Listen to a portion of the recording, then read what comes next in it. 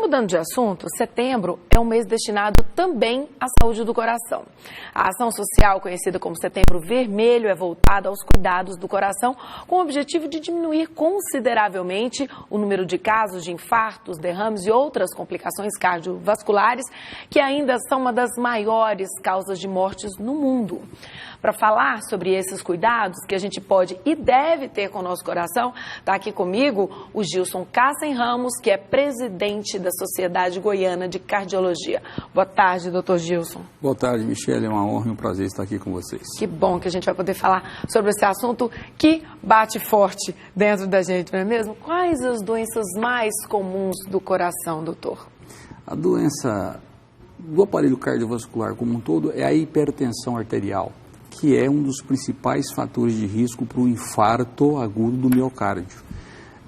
Enumerando os fatores, o principal fator de risco é o hábito de fumar, em segundo lugar a diabetes mellitus e, na sequência, a hipertensão, a dislipidemia, que é a alteração do colesterol, e familiares de primeiro grau, pai e mãe, que tiveram infarto ainda jovens, antes dos 65 e 55 anos. E o que provoca essas doenças que levam a pessoa a ter problemas no coração?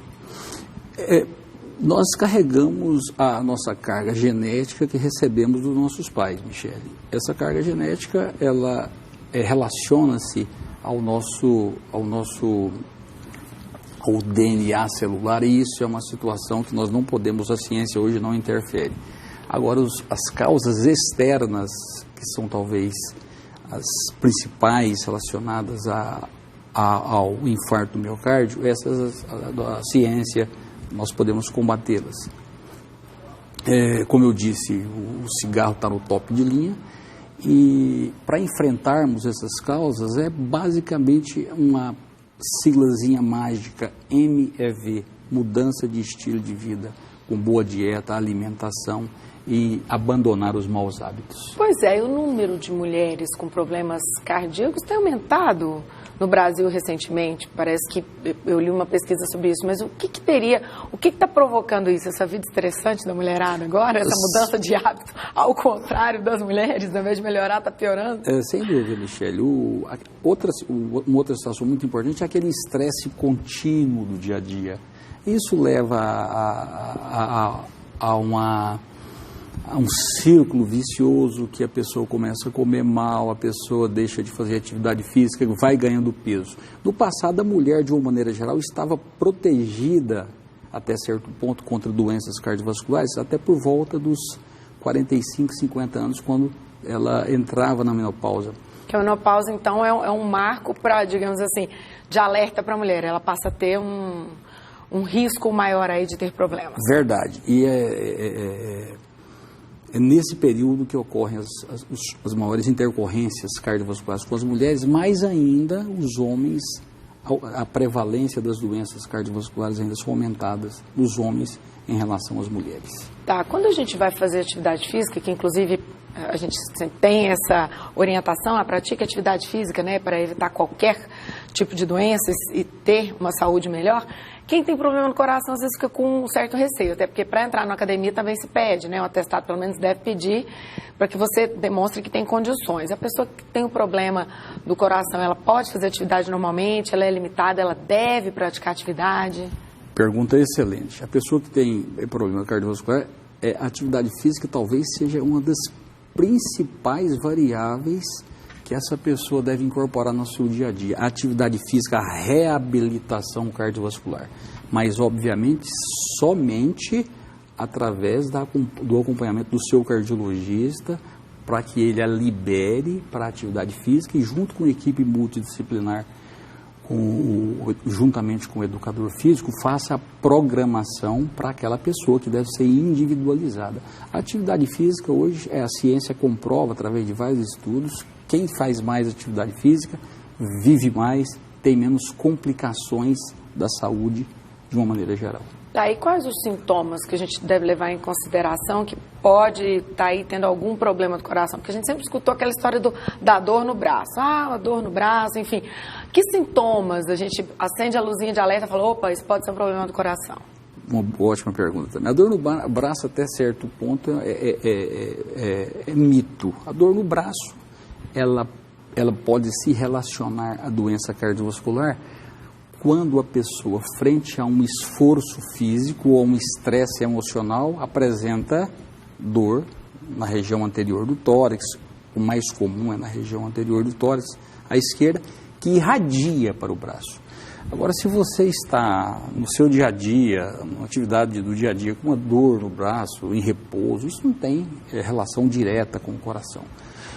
Respondendo a sua pergunta, o principal sintoma da dor anginosa, aquela dor relacionada à obstrução dos vasos sanguíneos, e digamos, é o gatilho pré-infarto, é uma dor no tórax.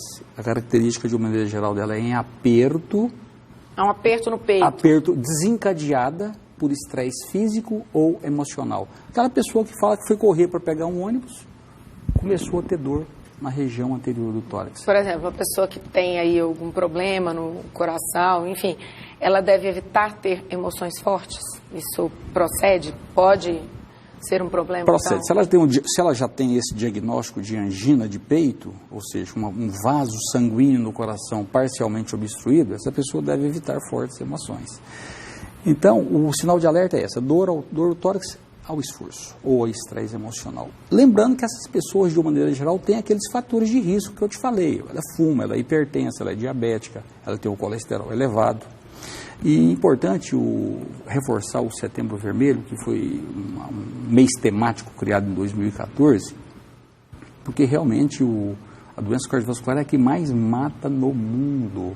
A cada 3 mortes, de uma maneira geral, em qualquer país do mundo, uma é relacionada à doença cardiovascular. E que poderia ser evitada, uma boa parte. Que poderia ser evitada. Os dados subestimados do Brasil é que morrem por ano 400 mil pessoas. É gente demais. Imagina uma cidade do porte de Anápolis ser exterminada da face da terra. É gente demais. E das mortes, Michele, dessas mortes, metade ocorrem antes do socorro médico, antes do paciente chegar ao hospital. Eu quero aproveitar e conversar com o senhor sobre um caso recente que a gente viu essa semana passada. Eu sempre ouvi falar que um infarto para pessoas mais jovens normalmente é fulminante, é mais complicado do que quando acontece numa pessoa de mais idade. Não sei se procede, o senhor pode dizer se isso é mito. Aí a gente vê o caso do filho do jogador Cafu, que estava jogando bola, 30 anos, jovem, né? E de repente morreu, não se sabia de algum histórico, alguma coisa assim.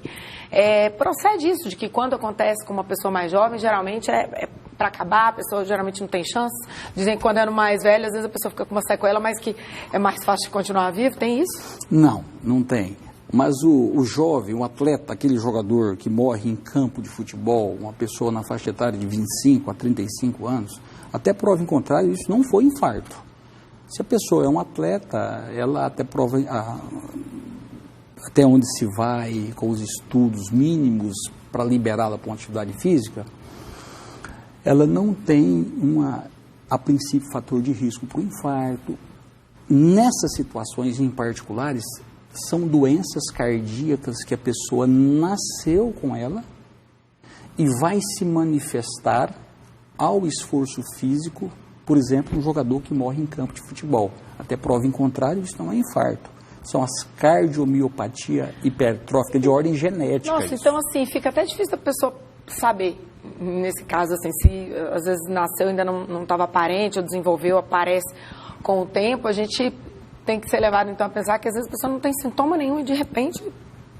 Exato. Normalmente, esses atletas são assintomáticos e vai se manifestar, às vezes, o primeiro sintoma é uma morte súbita num campo de futebol. Então, uma pergunta, um esforço excessivo do coração, mesmo para uma pessoa que não tenha problema, pode fazer com que, de repente, ele entre em curto-circuito e pare? Por exemplo, eu já ouvi falar que alguns atletas...